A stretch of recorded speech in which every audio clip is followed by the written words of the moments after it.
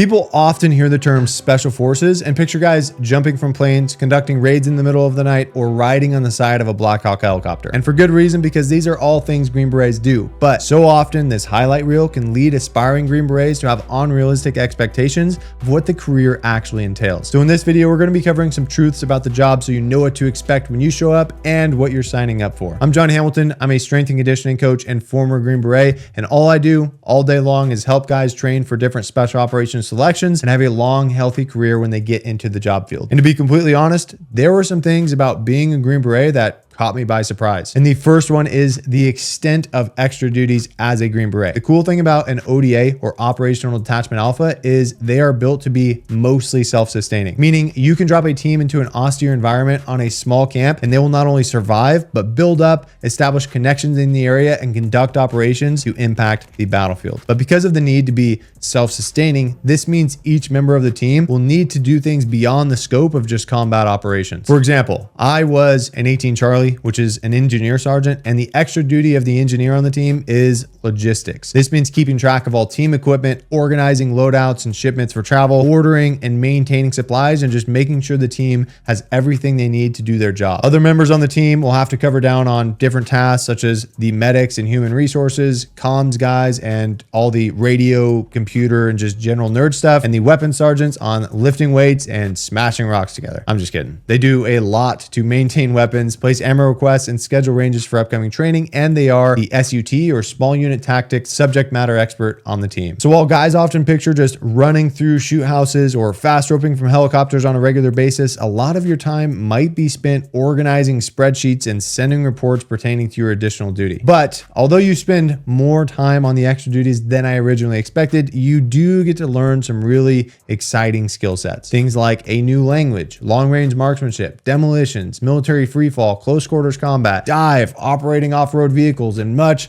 much more. You are a jack of all trades, but a master of none. As your Green Beret, you are expected to stay proficient in a very wide range of skill sets, which is always something that I loved and wanted. But it also means you don't spend a significant amount of time developing one skill. An example of this is language. I'll be honest, most Green Berets speak their language about as good as a first grader, and that's being pretty damn generous. Most guys can have some very basic conversation, ask for directions in their target language, or stumble their way through a response, but they're not having any intellectual conversations or really developing deep bonds with a partner force without the use of an interpreter or hoping that their partner force speaks English. And this is because you just don't have much time to dedicate to developing it. One week you might be on a range shooting mortars, the next you might be in a shoot house, and wearing a suit the following week conducting key leader engagements. So while the basics and core skills that you will need for upcoming operations will get drilled constantly, some of the other outlier skills tend to get pushed to the side. But honestly, the constant change in focus and wide range of skills is something that keeps the job very exciting. But the thing that will remain constant throughout the majority of things you do inside Special Forces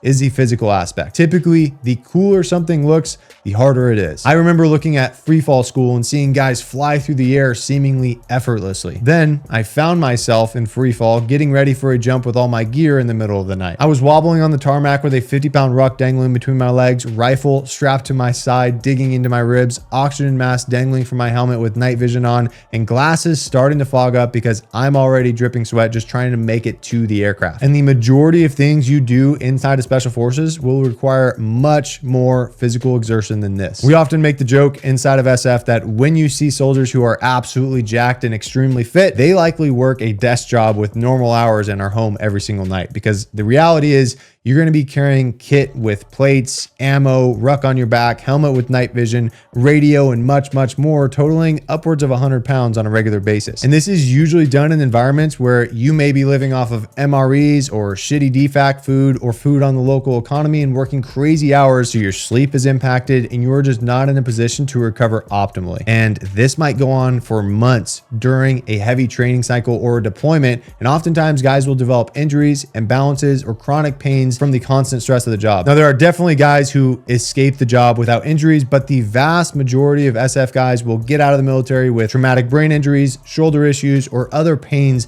associated with carrying heavy weight with poor recovery for a prolonged period of time and jumping out of planes on a regular basis. So the question is it all worth it? After all, you spend years going through training just to get to a team and live this life. And in my experience, absolutely 100% worth it. And if I had to do it all over again, I absolutely would. The truth is, as a Green Beret, you are still in the Army. And with any role in the Army, you're going to have to deal with bureaucracy and things that you don't want to do. That is part of the game. And honestly, something I wish I could tell myself on the front side of going into it. But when I look back at my experience inside of Special Forces and the military as a whole, they were some of the most transformational years of my life. I got to learn new skills that I never otherwise would have, develop deep bonds through shared hardship with some amazing people, deploy to various countries around the world, and really see how far I can push myself. During our lives, there are only a few opportunities we will ever get to do just that. And I'm thankful I had that opportunity and experience